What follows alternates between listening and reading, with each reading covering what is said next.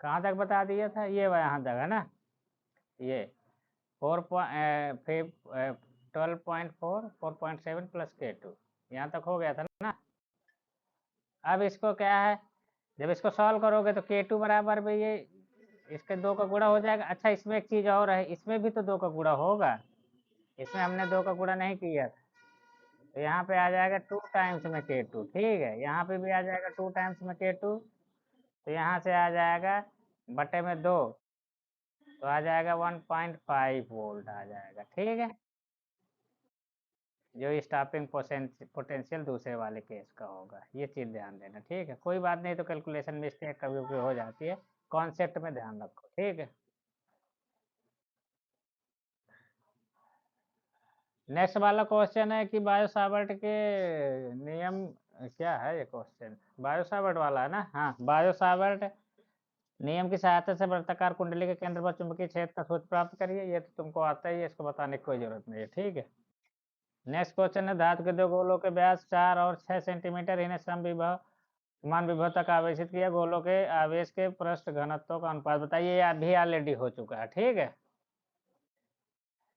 याद आया कि नहीं आया। अब नेक्स्ट क्वेश्चन है तुम्हारा, हाँ, अब इसके बाद है पांचवे का। ठीक है, पांचवे का देख लो। पांचवे कह रहा, चित्र में दिखाया गया समांतर प्लेट संधारित्र की धारिता का सूत्र ज्ञात कीजिए। प्लेटों का क्षेत्रफल ए तथा प्लेटों के बीच परावैद्युत पट्टिकाओं की मोटाई D1 और D2 है, उनका परावैद्युतांक K1 और K2 है। ये सवाल जो है, अगर सही से डील करोगे तो आसान है, अगर इसमें कुछ भी कंफ्यूज हो गए ना तो फिर तो परेशान हो जाओगे। ठीक है, इसको मैं बता दे रहा हूँ ऐसे सवालों को करने का एकदम आसान तरीका। तो देख लो, इसमें क्या है, इसमें दो ठो पट्टी, क्वेश्चन ऐसे बना हुआ, फिगर ऐसे बना हुआ। ठीक है, ऐसे इस तरीके से दे रखा है, इसका K1 दे रखा है, इसका K2 दे रखा है। ठीक है, इधर ये, इधर पॉजिटिव बैटरी, इसको ऐसे बना दो, ये पॉजिटिव है तो इसको पॉजिटिव बैटरी के सिरे से जोड़ दो, इसको नेगेटिव से जोड़ दो। ठीक है, अब ये बस हो गया। अब इसमें क्या है, इन दोनों के बीच की दूरी कितनी है, D2 है, ये है D1। ठीक है, तो ये अरेंजमेंट कुछ नहीं है, ये अरेंजमेंट एकदम ऐसे है कि दो ठो संधारित्र, एक संधारित्र ये है और उसके बगल में एक ठो संधारित्र और जोड़ दिए हम। ठीक है, समांतर क्रम में, ये ऐसे। ठीक है, हालांकि मैं थोड़ा ज़्यादा बड़ा मेरा चित्र बन गया। ठीक, ऐसे जोड़ दिया, ये कहानी है इसमें। तो इस ये वाली प्लेट को खोल दो, इस प्लेट को दो प्लेटों में कन्वर्ट कर दो। ठीक है, और दोनों संधारित्र समांतर क्रम में, श्रेणी क्रम में जुड़ जाएंगे। ठीक है, इसकी धारिता अगर C1 निकलेगी, इसकी धारिता C2 निकलेगी, तो C परिणामी जो होगी, C इक्वलेंट जो होगी 1/C1 प्लस 1/C2।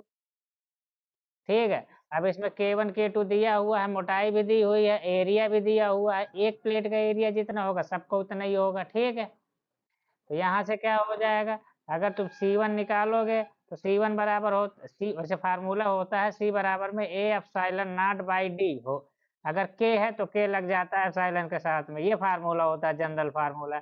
इसके अकॉर्डिंग तुम्हारा C1 कितना निकलेगा, A epsilon not K1 by D1। इसी प्रकार से C2 क्या निकलेगा, A एप्सिलॉन नॉट K2 बटे में D2।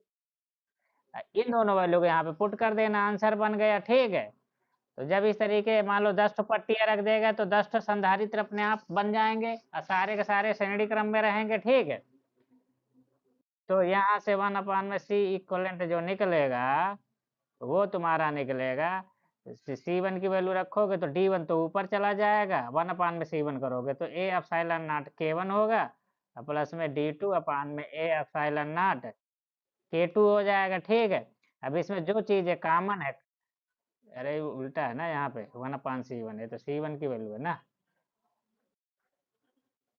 अरे C1 की वैल्यू ये है, 1/C1 करोगे तो D1 ऊपर चला जाएगा, नीचे नहीं आ जाएगा, गणित है ये। ठीक है, फिजिक्स का काम खत्म है, इन्हें से आगे ये एप्सिलॉन नॉट K2 हो जाएगा। अब इसको जो कॉमन है कर लो। अब इसको देखो 1/C इक्वलेंट जो आएगा यहाँ पे तुम्हारा आ जाएगा 1/A epsilon not D1 by K1 plus में D2 बटे में K2, इतना आएगा कि नहीं आएगा। अब इसको मैं सी की वैल्यू निकालना चाहूँ तो उसको पलटना पड़ेगा मेरे को, तो मैं पलट दे रहा हूँ। तो सीई जो हो जाएगा वो हो जाएगा ए एप्सिलॉन नॉट, ऊपर चला जाएगा, ठीक है, ये वाला, ये एप्सिलॉन नॉट ऊपर चला जाएगा और पूरा का पूरा ये वाले वैल्यू पलट जाएगी, ठीक है। तो ये वाली वैल्यू पलट जाएगी। हालांकि इसको लिखने में बहुत लोग गलतियां भी करेंगे, या ऐसा कर लो एक एक पद में, तो इसको पूरा पूरा वैसे ही लिख लो, ठीक है। इसको वन अपान में A epsilon not d1/k1 plus में d2/k2 ऐसे कर सकते हो, ऐसे में तो कोई दिक्कत है नहीं, ठीक है। क्यों? तो अब यहाँ पे क्या हो जाएगा, सी, ये सी कंप्लीट इक्वलेंट है ना, ये वाला तो epsilon not A epsilon not ऊपर चला जाएगा, इनको यहीं पे रहने दो, तो d1/k1 प्लस में d2/k2, ठीक है। बस हो गया, काम खत्म, यही होगा आंसर, ठीक है।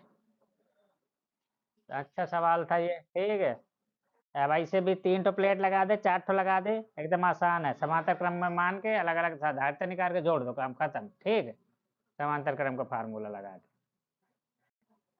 नेक्स्ट क्वेश्चन है, एक धातु की छड़ PQ की लंबाई 1 मीटर तथा 4 टेस्ला के एक समान चुंबकीय क्षेत्र में 2 मीटर/सेकंड की एक समान चाल से गतिमान है। 10 माइक्रोफेरेड धारिता के संधारित्र को चित्रानुसार जोड़ा गया है। चुंबकीय क्षेत्र कागज के तल के लंबवत नीचे की ओर दिष्ट है, तो ज्ञात कीजिए PQ के सिरों पर विद्युत वाहक बल और संधारित्रों पर आवेश और संधारित्र की कौन सी प्लेट धनावेशित होगी। अच्छा सवाल है, आसान सवाल है, लेकिन समझने पर डिपेंड करेगा कि कैसे तुम इसको समझ के अप्रोच करते हो। अब यहाँ पे है ख नंबर है, पांचवे का ख नंबर, ठीक है। अब इसमें देख लो, ये पहले फिगर बना लो यहीं पे, ये है कोई इस तरीके से कोई इस तरीके का कोई स्ट्रक्चर है, इसके ऊपर ऐसे कोई प्लेट ऐसे जा रहे, वो धातु का तार जा रहा है, ठीक है। अब ये भी चालक तार है, ठीक है। इसको कई बार रेल बोलते हैं। इसके ऊपर से दूसरा एक चालक तार है, इसे खिसकाया जा रहा है, ठीक है। ये प्रक्रिया हो रही है। इसमें क्या है, चुंबकीय क्षेत्र है यहाँ पे, ठीक है, कागज के तल के लंबवत नीचे की ओर, ठीक है। तो जब कोई भी चालक, अगर ये वाला ना होता, खाली इसी को खिसकाते, तो क्या होता है, इसमें प्रेरित विद्युत वाहक बल उत्पन्न होता है। प्रेरित विद्युत वाहक बल का मान कितना होता है, इसकी लंबाई अगर मान लो L है, कितनी है L, यहाँ से यहाँ, ठीक है। तो या स्मॉल एल मान लो, तो प्रेरित विद्युत वाहक बल को कई बार ई से रिप्रेजेंट करते हैं। तो बी हो गया चुंबकीय क्षेत्र, एल हो गया इसकी लंबाई, और मान लो इसको वी वेग से ले जा रहे हैं, तो वी का गुणा करा दो, इतना ये कर दो, सबको लेके गुणा करा दो, आंसर आ जाता। तो ये हो जाएगा। तो उसमें पूछ रहा है कि पी क्यू के सिरे पर प्रेरित विद्युत वाहक बल, ये पी है या क्यू है, तो बस आराम से निकल आया। प्रेरित विद्युत बल बी की वैल्यू दे रखा है, कितना दे रखा है, बी की वैल्यू दे रखा है 4 टेस्ला, बी बराबर 4 टेस्ला। एल की वैल्यू ऑलरेडी उसने दे रखा है, कितना, 1 मीटर दे रखा है, ठीक है। और वेग कितना दे रखा है, 2 मीटर/सेकंड। सब चीज तो दे रखा है, टेस्ला SI यूनिट ही होता है ना। तो यहाँ से आ जाएगा 4 × 1 × 2, केवल देखने में डराने वाला जैसा है, 4 दूनी 8 वोल्ट आ जाएगा, सारा SI यूनिट में है। ये प्रेरित विद्युत वाहक बल हो गया, ठीक है। अब यहाँ पे पूछ रहा सेकंड में संधारित्र पर आवेश, यहाँ पे संधारित्र लगा हुआ, ठीक है। तो संधारित्र लगा होगा, जो भी यहाँ पे प्रेरित विभव होगा वही संधारित्र के सिरों पर उतना विभव आएगा, ठीक है। तो ये यहाँ पे जो विभव होगा, विभव की वैल्यू कितनी हो जाएगी, 8 वोल्ट हो जाएगी। और इसकी धारिता भी दे रखा है, सी कितनी दे रखा है, 10 माइक्रोफैरेड। माइक्रोफैरेड, तो अब तुमको संधारित्र का क्या पता चला, संधारित्र का तुमको 10 माइक्रोफैरेड धारिता पता चल गई। इसी को लिख सकते हो 10 × 10⁻⁻⁵ फैरेड, ठीक है। और वोल्टेज भी पता चल गया है 8 वोल्ट। अब यहाँ से तुमको क्यू पूछ रहा है, तो इसमें कौन सा बहुत बड़ा रॉकेट साइंस। क्यू बराबर सी भी कर दो। सी तुमको पता है 10 × 10⁻⁻⁸ that is equal to 8 × 10⁻⁵ ferret, वो सॉरी कूलम। ठीक है, यहाँ से आंसर आ जाएगा, कोई दिक्कत नहीं है। फिर इसके बाद क्या पूछ रहा है? फिर पूछ रहा है कि प्लेट धनावेशित होगी। अब इसमें देखो, अब इसमें तुम्हारा दाएं हाथ के हथेली का नियम लगाओ। सवाल तुम कम लगाए होगे, अगर लगाए होगे तो याद होगा। जैसे इधर की तरफ ले जा रहे हो तो जिन चारों गोलियों को चुंबकीय क्षेत्र क्या नीचे की तरफ है, तो नीचे की तरफ कर लो। ठीक है, चुंबकीय क्षेत्र को मैंने नीचे की तरफ कर लिया, और ले किधर जा, जिधर दौड़ा रहा हूँ उधर अंगूठा को कर दो, चालक को इधर दौड़ा रहा हूँ। बल किधर लगेगा? ऊपर की ओर लगेगा।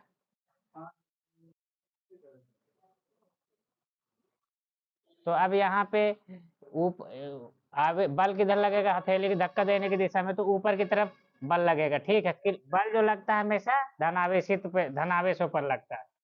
तो ये वाली प्लेट धनावेशित हो जाएगी, ये ऋणावेशित हो जाएगी। जब ये धनावेशित होगी तो ये भी धनावेशित हो जाएगी। ठीक है, तो यहाँ पे प्लेट ए क्या हो जाएगी?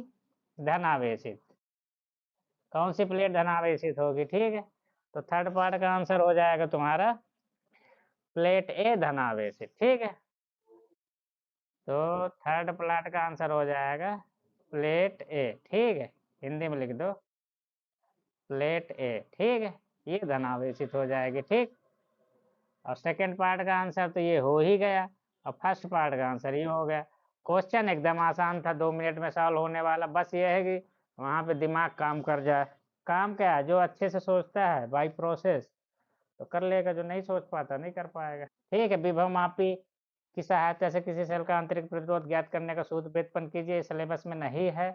ठीक है, इसमें दिखा देता हूँ तुमको। अब अरे यार, ये क्या हो गया? इसमें ये वाला सवाल ग नंबर है। ग नंबर ये नहीं है। विभव मापी की सहायता से किसी सेल का आंतरिक प्रतिरोध ज्ञात करने का सूत्र व्युत्पन्न कीजिए। आगे वाला सवाल जो है ये आसान सवाल है, बस कॉन्सेप्ट बेस है। अगर कॉन्सेप्ट किसी ने क्लिक कर गया तो हो गया। ये सवाल मैं जरूर लगवा दूंगा। ठीक है, हेलो, चलो ठीक है, नेक्स्ट क्वेश्चन है ये। नेक्स्ट क्वेश्चन ये इसमें कह रहा है प्लास्टिक नहीं नहीं नहीं, ये तो हो गया। प्लास्टिक के एक के अर्धगोले की वक्रता त्रिज्या 8 सेंटीमीटर। आवाज रिफ्लेक्ट हो रही है तुम्हारा, देख लो उधर। तब 8 सेंटीमीटर तथा अपर्तनांक 1.6 है। मुख्य अक्ष पर अर्धगोले के भीतर एक बिंदु स्रोत ओ स्थित है। ओ के प्रतिबिंब की स्थिति ज्ञात कीजिए जब उसे समतल पृष्ठ की तरफ से देखा जाता है और गोलीय पृष्ठ की तरफ से देखा जाता है। दो केस है। ये है आसान सवाल, लेकिन ये कॉन्सेप्चुअल है। ठीक है, ज्यादातर लोग इसकी प्रैक्टिस करते नहीं है। इसमें क्या है? क्वेश्चन नंबर ये कौन सा है? 5वें का घ है? कौन सा है? 5वें का है ना? चलो ठीक, तो यहाँ पे क्या करेंगे? देख, पता नहीं अब आवाज आ रही है, पहले तो नहीं रिफ्लेक्ट होकर रही थी। तो ये इस तरीके के, ऐसी की त्रिज्या कितनी है? ये गोला है, पूरा अर्ध गोला है। ठीक है, तो ये कितनी है? 8 सेंटीमीटर। 8 सेंटीमीटर ये वाला भी होगा, इधर भी 8 सेंटीमीटर ही होगा, हर तरफ 8 सेंटीमीटर होगा। यहाँ पे कोई तुम्हारा रखा हुआ है कितने? 4 सेंटीमीटर पे, तो इधर से भी 4 सेंटीमीटर ही होगा। दो जगह से ज्वाइन कर रहे हो क्या? चलो ठीक, तो इसको इधर से एक बार देखेंगे और एक बार इधर से देखेंगे। दोनों केस में देखते हैं कितनी दूरी पर दिखाई दे। जब इधर से देखेंगे तो एक तो ऐसे तो समतल समतल पेट की भांति व्यवहार करेगा ये वाला। ठीक है, चूंकि हमारा वस्तु यहाँ पे है, तो हमने जो फार्मूला डराइव किया था, एक हमने ये वाला गोली पृष्ठ वाला डराइव किया, याद आया? ऐसे वाला फार्मूला। तो उसमें जो हमने डराइव किया था n/v माइनस में 1/u is equal to n-1/r, ये वाला फार्मूला डराइव किया था। तो उसमें क्या होती थी, वस्तु हमारी इधर होती थी या कभी इधर हो, कोई फर्क नहीं पड़ता, ठीक है। हर जगह ये फार्मूला अप्लाई होगा। बस ध्यान देना होता है कि जो देखने वाला है वस्तु वस्तु से चलकर देखने वाले तक पहुंचने में कौन सी घटनाएं हो रही है। आवाज तुम्हारी रिफ्लेक्ट हो रही है, क्या दिक्कत है? चलो ठीक। यहाँ पे हम हमेशा ये देखेंगे, जैसे यहाँ पे देखो ये मैं इसमें एक बार और फिगर बना देता हूँ, यही बना देता हूँ। देखो इसमें कॉन्सेप्ट है, कॉन्सेप्ट अच्छे समझ लो, सवाल में तो कुछ नहीं है कैलकुलेशन। यहाँ पे देखो, यहाँ पे कोई वस्तु है, ये अब इसको दिखाई देगी, अगर हम इधर से अगर देख रहे हैं तो प्रकाश किरण ये पहले इस वाले अंतरा पृष्ठ पे आएगी। ये इधर का पूर्णांक अलग है, इधर का पूर्णांक अलग है, ठीक है। फिर इसके बाद इधर आएगी, फिर आंख में पड़ेगी, इधर आंख होगी अगर, तो मान लो इधर आंख है तो ठीक है। दूसरा केस क्या हो सकता है, अगर इधर आंख होगी तो इधर से ही देखेंगे, अगर इधर देखेंगे तो इधर से ही आंख होगी, तो ऐसे जा रहा होगा प्रकाश, क्यों? ठीक। अब प्रतिबिंब कहाँ बनेगा, इससे वो अपने आप कैलकुलेशन में पता चल जाएगा। तो हमारे लिए यहाँ पे प्रथम माध्यम ये वाला होगा जहां से प्रकाश चली, ठीक है, और जहाँ पे पहुंची वो दूसरा माध्यम हो जाएगा, ठीक है। इसी प्रकार इसमें प्रथम माध्यम तो यही रहेगा, दूसरा माध्यम इधर के लिए हो जाएगा, ठीक है। तो दोनों केस में ये जो फार्मूला होता है ये हमेशा होता है n, जिस माध्यम से चली, ठीक है। तो जैसे ये वाला, तो जैसे नॉर्मली हम ग्लास का मान लेते हैं, ठीक है, ये इधर वायु का मान लेते हैं, इसको n1 इक्वल टू 1 मान लेते हैं, n2 इक्वल टू मतलब कोई भी अपूर्णांक हो n का मान लेते हैं, उस तरीके की कहानी है यहाँ पे, ठीक है। तो कायदे से इसको ये भी पढ़ा होगा तुम लोगों ने, n2 बटे में n1, इसको ऐसे भी लिखते हैं sorry n2/n1/v minus 1/u is equal to n2/n1 minus 1/r। इस तरीके से भी जिसने इस तरीके से पढ़ा होगा वो ये सवाल को लगा लेगा। अब यहाँ पे n2 क्या होता है, बाद वाले माध्यम का वर्तनांक हो। n1 क्या हो, जहां से प्रकाश चलना स्टार्ट करा, यह वस्तु जहाँ पे रखी हुई है, ठीक है। यहाँ पे तुम वस्तु यहाँ पे रखते थे ना, इसीलिए तुम्हारा n1 हमेशा 1 होता था, n2 हमारा n हो जाता था, क्योंकि इस माध्यम का पूर्णांक n। यहाँ पे केस उल्टा ही हो जाएगा, क्योंकि वस्तु अब की बार वायु में नहीं रखी, वस्तु जो है उस पदार्थ में रखी है जिसका पूर्णांक ही 1.6 है, वायु से ज्यादा, ठीक है। यहाँ पे कहानी बस इतना है, ठीक है। तो यहाँ के लिए आप इस वाले जब इधर से देखोगे पार्ट 1 के लिए, पार्ट 1 में आंख इधर होगी तुम्हारी इस साइड में, ठीक है। तो यहाँ पे क्या हो जाएगा, n1 तो तुम्हारा 1.6 हो जाएगा, n2 तुम्हारा 1 हो जाएगा। अब यहाँ से जैसे ही प्रकाश इस अंतरा पृष्ठ पे आया तो त्रिज्या यहाँ पे कितनी होगी, r इक्वल टू इन्फिनिटी हो जाएगी, क्योंकि समतल पृष्ठ है। और u कितना हो जाएगा तुम्हारा, प्रकाश इधर से इधर को चल रहा है, यहाँ पे तुम्हारी घटना हो रही है, तो इस घटना इस वाले पॉइंट से पीछे ही नापोगे, तो u जो है -4 हो जाएगा, क्योंकि प्रकाश किरण इधर से इधर को जा रही है, ठीक है। जो तुम्हारे आंख में पड़ रही है ये तुम्हारा हो जाएगा मेन बिंदु, जहाँ पे घटना हो रही है अपवर्तन की, इसके पीछे की जो भी दूरी होगी किरण के विपरीत दिशा में मानी जाएगी, अब वो -4 हो जाएगी। यहाँ से सॉल्व कर लो। n2 की वैल्यू कितनी है हमारी 1, n1 की वैल्यू हमारी है 1.6 अपान में v कितना निकालना है, इक्वल टू n2 हमारा फिर से 1 है, n1 हमारा 1.6 है, -1 अपान में r हमारा इंफिनिटी है। u हमारा रह गया क्या यहाँ पे, माइनस में 1 अपान में u भी तो होना था।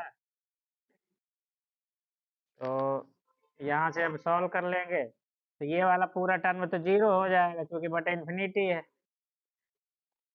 तो यहाँ से 1 अपान में u इज इक्वल टू हो जाएगा 1.6 अपान में v। अच्छा u की वैल्यू हमें पता है -4, ठीक है। तो यहाँ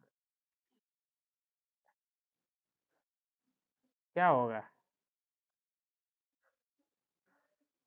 अच्छा ये वाला, अच्छा कैलकुलेशन, हाँ वो तो ठीक है, वो सही है। 1 अपान में ये प्लस का 4 हो जाएगा, प्लस में 1 अपान में 1.6 अपान में भी ऐसे होगा इक्वल टू 0। तो यहाँ से तुम्हारा आ जाएगा v इक्वल टू,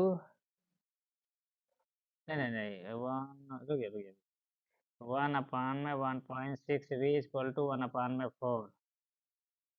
तो v इक्वल टू आ जाएगा 4 डिवाइडेड बाई 1.6, है ना। तो यहाँ से या फिर बस हो गया, सॉल्व हो गया, तो ये तो सॉल्व कर लोगे, ठीक है। ये माइनस में आएगा, ठीक है। माइनस का मतलब इधर ही, इसके अंदर ही दिखेगा, थोड़ा सा करीब दिखेगा, ठीक। जैसे बाल्टी में सिक्का डाल देते हो तो सिक्का किस में पड़ा है, आधे का पूर्णांक वाले में, तो थोड़ा करीब दिखता है ना। अगर एक्चुअल में तो 4 सेंटीमीटर दूर है, लेकिन 1.6 का भाग दे दोगे तो थोड़ा और करीब हो जाएगा ना। इधर से देखोगे, जब इधर आंख होगी तुम्हारी, दिख रहा है कि नहीं, ये इधर से, ठीक। यहाँ से जब इसी में कर देता हूँ, ठीक है, तो यहाँ पे क्या कर दूंगा, n2 मेरा कितना है, 1 1, फिर से एयर में जा रहे हो ना। और अपान में n1 कितना है, 1.6, v मुझे निकालना है, माइनस u कितना होगा, -4 फिर से होगा। क्यों होगा मैं बता दे रहा हूँ। देखो घटना हमारी यहाँ हो रही है अपवर्तन की, तो प्रकाश की किरण इधर से इधर को जा रही ना, इधर को जा रही है, इस दिशा में, ठीक है। जब इस दिशा में जा रही है, यहाँ से हम नापना स्टार्ट करेंगे, तो बैक साइड में जाएंगे तो किरण, तो जो भी किरण आपतित हो रहे हैं इसके विपरीत दिशा में जा रहे हैं, इसके लिए माइनस ले लेंगे यहाँ पे, ठीक है। यहाँ पे प्लस माइनस में बहुत लोग कंफ्यूज होते हैं, ठीक है। ये बेसिक कॉन्सेप्ट है। चित्र किधर से किधर को भी बनाओ, बस यह ध्यान रखना जहाँ पे अपवर्तन या परावर्तन की घटना हो रही है उसके विपरीत, उसमें देख लो, जो प्रकाश चल रहा है उसके विपरीत दिशा में चल रहे हो तो उस दूरी को नेगेटिव नाप लो, और उस दिशा में चल रहे हो तो पॉजिटिव नाप लो। यहाँ पे n2 की जगह तो 1 हो जाएगा, n1 की जगह 1.6 हो जाएगा, -1, यहाँ पे त्रिज्या तुमको पता है, बैक साइड में जाओगे तो यहाँ इसकी जो त्रिज्या को, इसका जब सर्किल को कंप्लीट करोगे तो त्रिज्या पीछे मिलेगी। किरण इधर जा रही है तो किरण इस बिंदु से इस दिशा में नापोगे तो माइनस का कितना हो जाएगी, 8 हो जाएगी, त्रिज्या तो 8 ही होगी ना। बस यहाँ से सॉल्व हो जाएगा, ये हो जाएगा, कितना हो जाएगा, -4 हो गया, ये हो जाएगा 1 -1.6 अपान में 8 इंटू 1.6, ठीक है। ये हो जाएगा 1 अपान में 1.6 अपान में भी माइनस प्लस में 1/4, ठीक है। एक सेकेंड होल्ड रखना। हेलो, जब इसको सॉल्व करोगे तो देखो यहाँ पे आ जाएगा 1/1.6 भी, और ये उधर पीछे चला जाएगा, इसको सॉल्व करोगे तो 0.6 अपान में 8 इंटू 1.6, हालांकि ये भी माइनस में, ऊपर भी माइनस, माइनस माइनस दोनों प्लस हो जाएंगे। ये वाली वैल्यू घट के माइनस में ही आएगी 0.6, ये माइनस ऑलरेडी है ही है। माइनस में 1/4। यहाँ से सॉल्व करोगे तो कितना आएगा, 8 गुणे में 16 कर दो, ऊपर का पॉइंट हटा दो, नीचे को हटा दो, तो यहाँ से हो जाएगा 8 दूनी 4 दूनी 8 और 16 दूनी 32। यहाँ पे तो 6 ही रहेगा, माइनस में 32 1/, में 1.6 इंटू वी। यहाँ से 32 में से 8 गए, कितना बचेगा, 26। सॉल्व कर लेना, एक देख लेना कहीं कैलकुलेशन वगैरह में गड़बड़ी तो नहीं है। तो माइनस का 28 बटे में 8 गुणे में 16 1/, में 1.6 वी। तो यहाँ से आ जाएगा, यहाँ से आ जाएगा, ये इसको मैंने काट दिया, ये आ जाएगा 10। तो v बराबर आ जाएगा माइनस का 80/28। इसको सॉल्व कर लेना, ठीक है, और छोटा कर दोगे तो 40/14 20/7 ऐसे कुछ आ जाएगा, ठीक है। तो 20/7 इसको और सॉल्व करोगे तो 7 त्रिक 21, लगभग 0.3 के आसपास 3 के आसपास आएगा। तो देखो पहले 4 सेंटीमीटर में एक्चुअल में था, थोड़ा करीब दिखेगा, ठीक है। तो ये कहानी है इसकी। ये क्वेश्चन पिछली बार आया था, बहुत कम बच्चे इसको सॉल्व कर पाए होंगे, ठीक है।